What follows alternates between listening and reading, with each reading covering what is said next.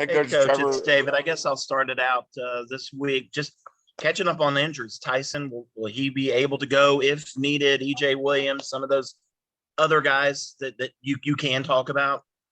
Yeah, I wish I could tell you 100%, but we're better. Tyson was ready to go last week. If needed, but would have been really limited. I think he's a little better, but Billy Wiles and Hunter have done a great job and gotten a lot of work as well. So that's what we've got. And EJ is just, again, day to day. But I will say this, I don't know if Matt Connolly's got any eligibility left, but I got wind that, man, he's out here running sprints and, we're down at wideout. So maybe old Matt could come suit out for us and give us a little speed on the field. And, Will, you probably going to need some treatment or something. Come on over here and see the docs. But that was a nice little race y'all had. You don't want me doing that, Dabo. I promise. Hey, we're taking all comers at this point. I heard they timed it with a stop with a calendar. August, September, October. I love it. Coach, how excited is your son Will about potentially starting at wide receiver again, but for the first time in Columbia? Well, I mean, we'll see how it all works out, but he, was ready to go last week and did a great job for us. And, he's just a guy that's always ready and you can count on him. He's tough and knows what to do. And, if we need him, he'll be ready. I don't have any doubt about it. Hey, Dabo, this is Chris Brees with CBS in Birmingham.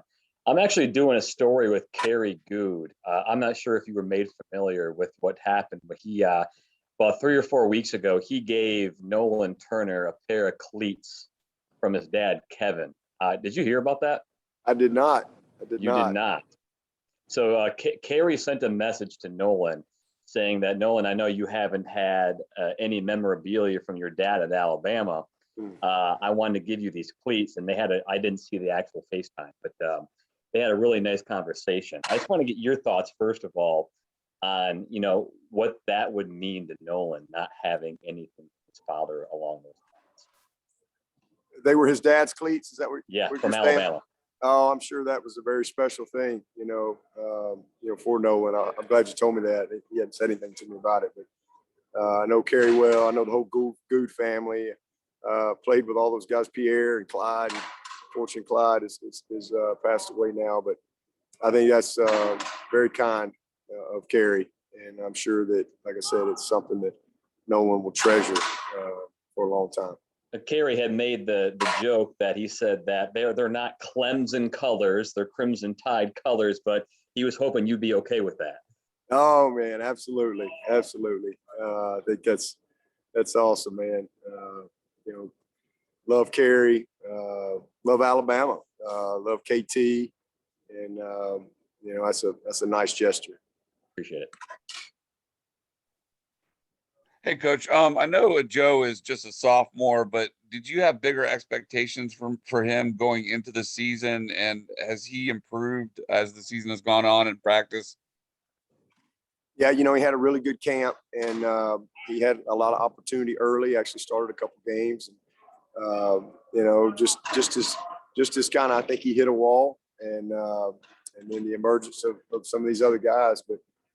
We certainly had high expectations for him as just basically a freshman again. But as we kind of got going and just into some of the details and stuff, I mean, he's just hit a wall at some point in the season. And he's picked it up a little bit here the last couple of weeks. But, we still got a lot of work to do with him.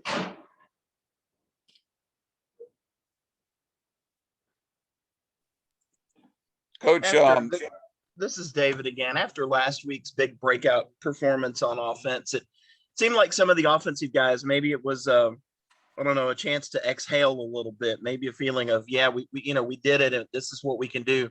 Have you sensed that, with this team this week, that now that, you kind of maybe kicked that wall down a little bit? To be honest with you, it's really been the last, 4 or 5 games. These guys have been, progressive.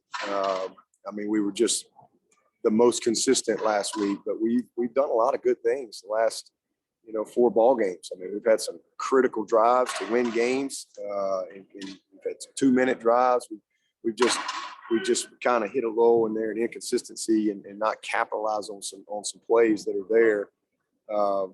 But so I've sensed that for several weeks now. It was just good to see them kind of put it together and really have some continuity, especially in the offensive line.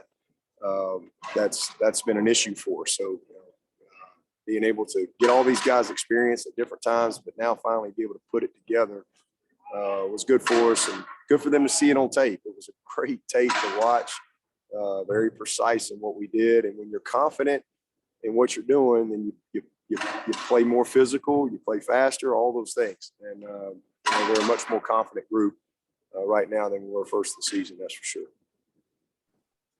Dabo, have you heard from Spurrier any this week or any recently? I have not.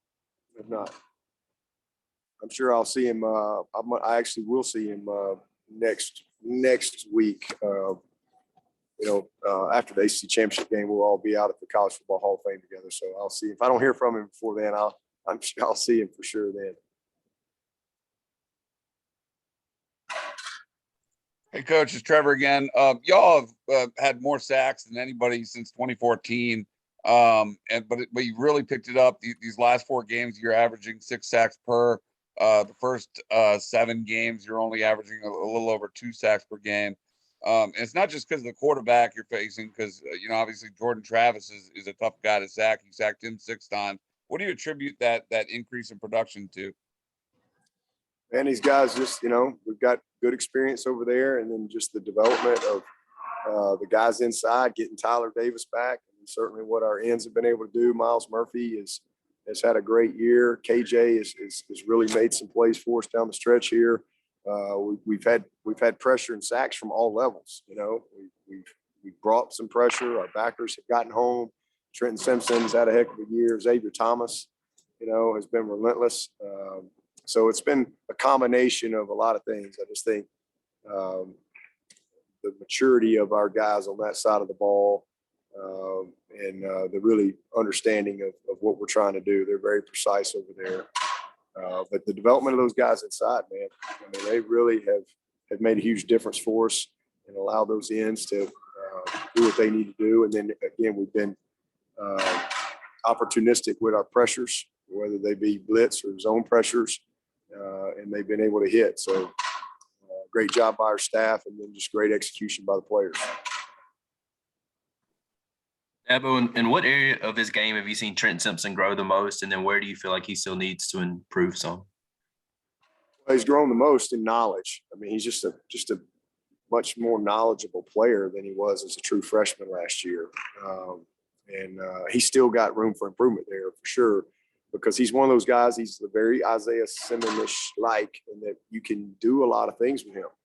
I mean, he's a unique player, but just his knowledge and his real his understanding of what we're doing, and then his recognition.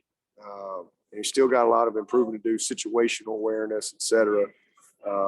But I love his effort. I love his energy, but he's just more detailed as a football player. And again, that's if you're a hard worker and you're talented, that's what experience does.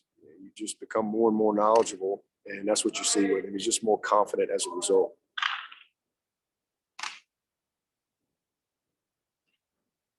Anybody else for Coach? I was just gonna say, it seems like as a pass rusher, he's just really, really natural at that. Is that kind of what you? Yep. Yeah, very natural. In fact, I put him there last year. We got just for that reason, because he wasn't getting on the field as much as I wanted, and he just has such a natural ability. And so if you remember last year, we used him in some third down stuff coming off the edge, and he did a great job for us. So he's worked at it. He's very gifted in getting after the quarterback. I know we've kind of been around this a little bit this week, but what makes a night game down at Williams-Brice so much fun or so special? And then do you have a memory from a game down there that kind of stands out to you?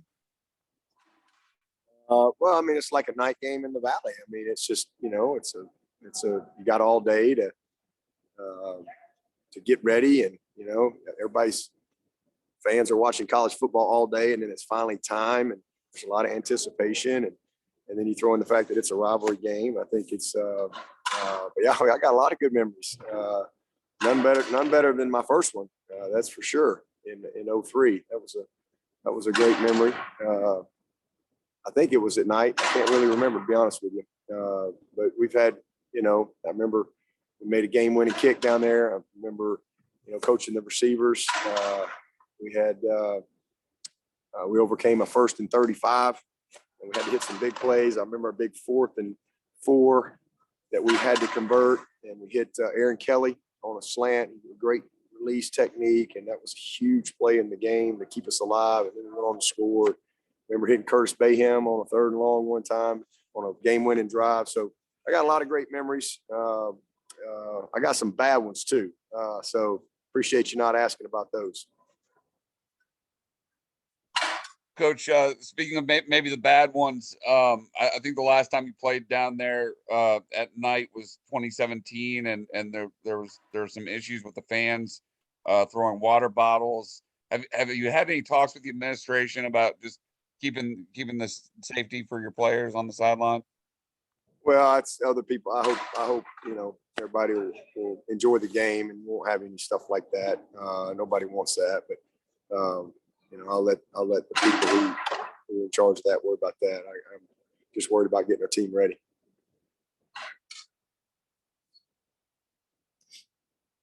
Coach, obviously there's a good chance that you'll have to win Saturday to keep your 10-win streak going. It's been 10 straight years. You were able to do it last year, even with the shortened schedule with COVID. How much would it mean to you just to be able to keep that streak alive? Oh, it'd be great. That'd be an unbelievable, maybe as good a 10-win season as we've ever had. To do it with circumstances that we've had, this team, how we started, you name it, on and on and on.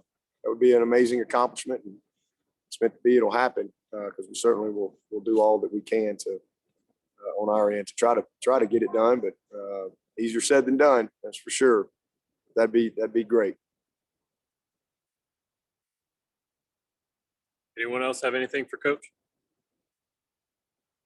All right. Happy Thanksgiving, Coach. Yeah, I Happy hope y'all have a great Thanksgiving, and just know, man, how blessed we are. We all got a lot to be thankful for. So hope everybody takes some time tomorrow to enjoy and give thanks.